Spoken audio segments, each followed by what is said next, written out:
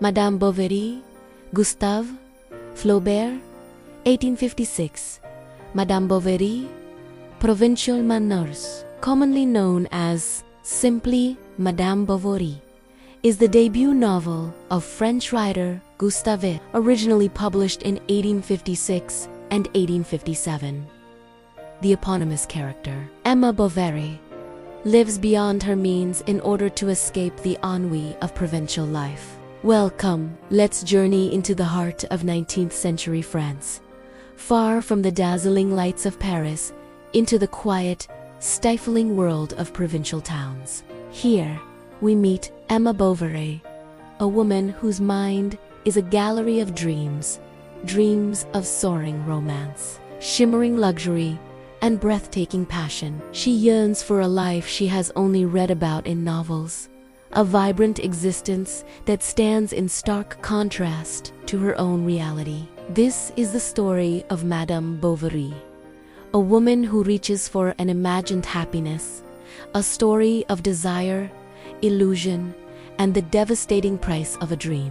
Our story begins not with Emma, but with Charles Bovary, a man of simple tastes and even simpler ambitions. He is kind-hearted but utterly ordinary, a man who stumbles through medical school to become a humble country doctor. After his first wife passes away, Charles meets and marries the captivating Emma Rouault, the daughter of a prosperous farmer. Emma, educated in a convent, has spent her youth devouring romantic novels, her imagination filled with knights, castles, and whirlwind love affairs.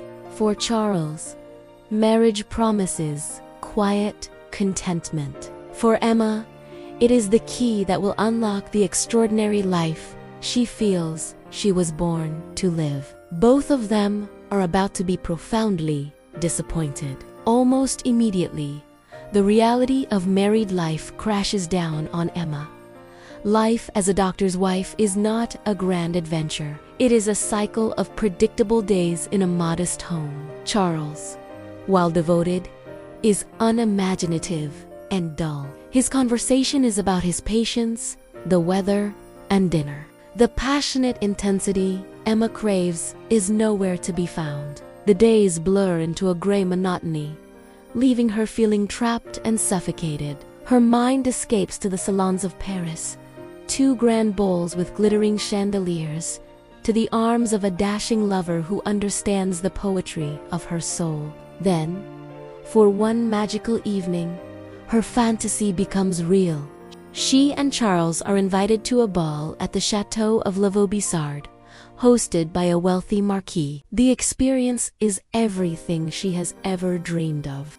The scent of perfume and champagne, the rustle of silk gowns, the refined conversation, the elegant men who waltz with effortless grace, it all intoxicates her. This single night of aristocratic glamour becomes a cruel benchmark against which she measures the rest of her life. When she returns to her dull home and her simple husband, the contrast is unbearable.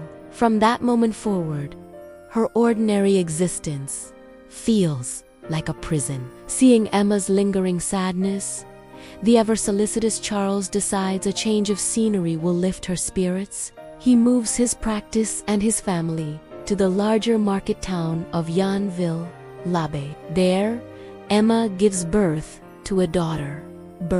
But motherhood, like marriage, fails to bring her fulfillment. She feels a profound disconnect from her child, another chain binding her to a life she despises. In Yonville, however, a spark of hope appears in the form of Léon Dupuis, a young law clerk. He is gentle, artistic, and shares Emma's love for poetry and her disdain for provincial life. They spend hours talking, finding in each other a kindred spirit. A quiet, unspoken romance blossoms between them. But Leon, being cautious and timid, is afraid of the scandal an affair would cause. Before their connection can deepen into anything physical, he leaves for Paris to continue his studies. His departure plunges Emma into a deep, desolate melancholy, leaving her more alone than ever before.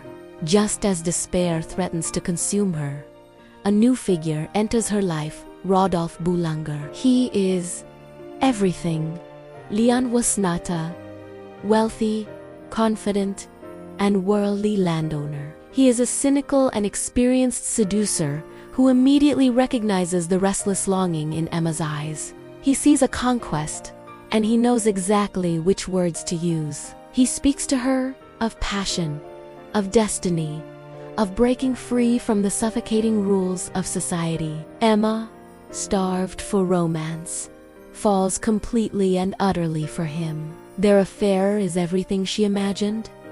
Secret meetings, breathless rides through the forest, declarations of undying love. It is dramatic, intense, and deeply intoxicating. Emma pours all of her frustrated desires into Rodolphe, convinced he is her savior. She begins to plan their escape, imagining a new life with him far away from Janville and from Charles. She sells her belongings, packs her bags, and waits for the day they will run away together. But for Rodolphe, the affair was only a pleasant diversion. The idea of uprooting his life for a dramatic elopement is an inconvenience he is unwilling to endure. On the very morning they are meant to leave, he ends the affair with a cold, condescending letter hidden at the bottom of a basket of apricots.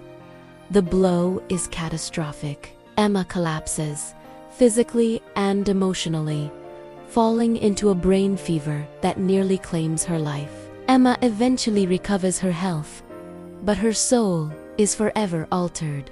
The idealism is gone, replaced by a reckless cynicism. Unable to find satisfaction in love, she turns to material things. She seeks a substitute for happiness in the shimmering fabrics and elegant objects she has always craved. The town's sly merchant, a man named Leroux, sees his opportunity. He expertly plays on Emma's desires, offering her goods on credit with a smile. She begins to buy lavishly expensive dresses, fine furniture, and countless trinkets, all to create an illusion of the luxurious life she feels she deserves. She hides the mounting bills and promissory notes from Charles, sinking her family deeper and deeper into a secret sea of debt. Her fantasies of love also return, but this time with a harder, more desperate edge. By chance, she meets Leon again. He has returned from Paris, now more confident and worldly. Their old, hesitant attraction reignites into a full-blown affair. They meet in secret in the city of Rouen, renting a hotel room by the hour.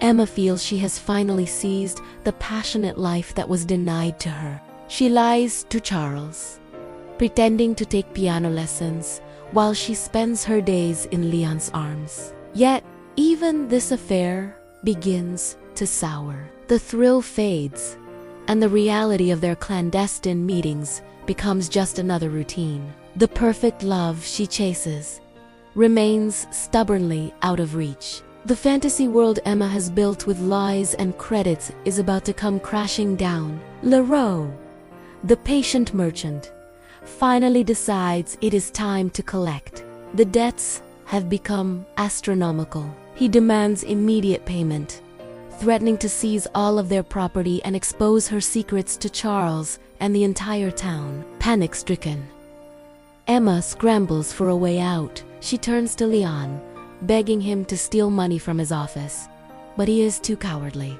Desperate, she goes to Rodolphe, the man for whom she once would have sacrificed everything. She humbles herself, pleading for a loan, but he coldly refuses, claiming he has no money to spare. Every door has been slammed in her face.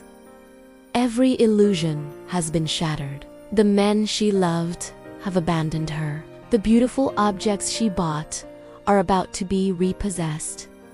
She is cornered, with no escape, and no one to turn to. The crushing weight of reality finally breaks her. In a final, desperate act, she convinces the local pharmacist's young assistant to give her access to the arsenic. She goes home, writes a quick farewell, and swallows the poison. Her death is not the peaceful, romantic fading she might have read about in her novels. It is slow, brutal, and agonizing, a final, horrific confrontation with reality.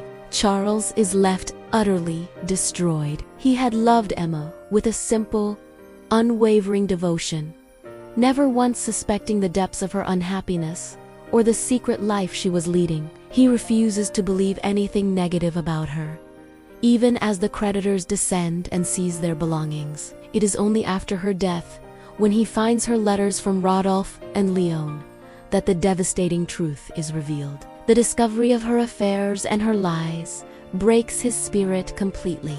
A short time later, he is found dead in his garden, his heart having given out. Their daughter, Little Berthe, is now an orphan. With no family left to care for her, she is sent to live with a poor aunt and is ultimately forced to work in a cotton mill to survive. The tragic consequences of Emma's dreams fall upon the most innocent. Madame Bovary is a timeless and devastating critique of romantic fantasy and the constraints of society. Emma is not a simple villain, nor is she a blameless heroine. She is a complex woman trapped between her own soaring, unrealistic aspirations and the limited, mundane reality offered to her.